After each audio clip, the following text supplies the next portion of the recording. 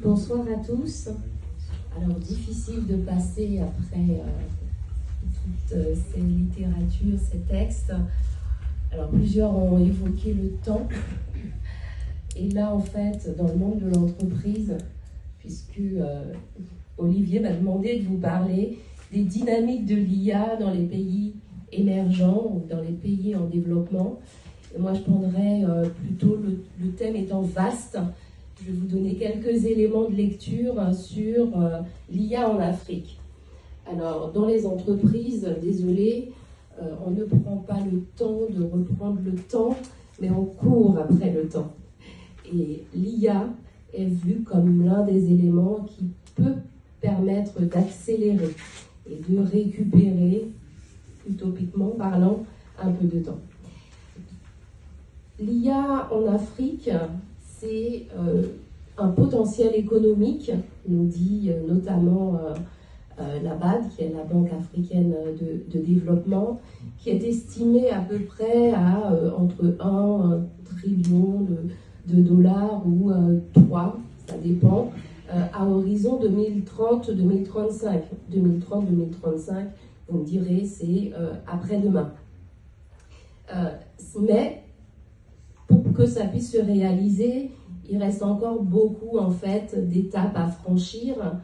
Et notamment, on voit que parmi la cinquantaine de pays que compose le continent, il n'y a aujourd'hui qu'une quinzaine ou une vingtaine qui ont en fait édicté d'une stratégie ou mise en place des politiques IA, et c'est différemment réparti sur le continent avec, comme souvent, je dois le dire, les pays anglophones qui sont en avance sur les pays francophones.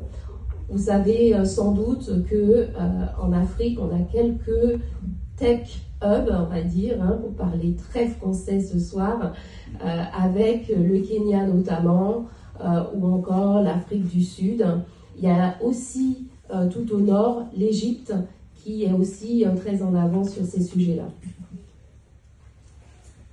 Alors, je parlais de stratégie IA, mais en fait, quand bien même des stratégies ont été adoptées, les pays sont confrontés aux problèmes de financement.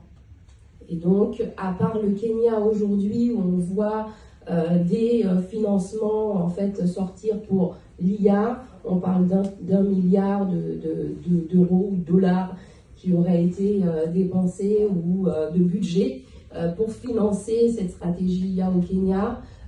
Peu de pays sont en capacité, ou en tout cas ont pris ce chemin aujourd'hui.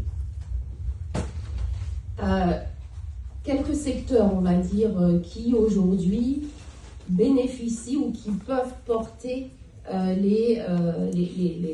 ce potentiel économique. On va notamment trouver 5 secteurs majeurs dans les études qui sont réalisées. On va parler du secteur agricole, peut-être que vous l'avez peut-être déjà vu vous-même, ce secteur qui est en train de changer. On dit que l'Afrique, c'est le grenier du monde.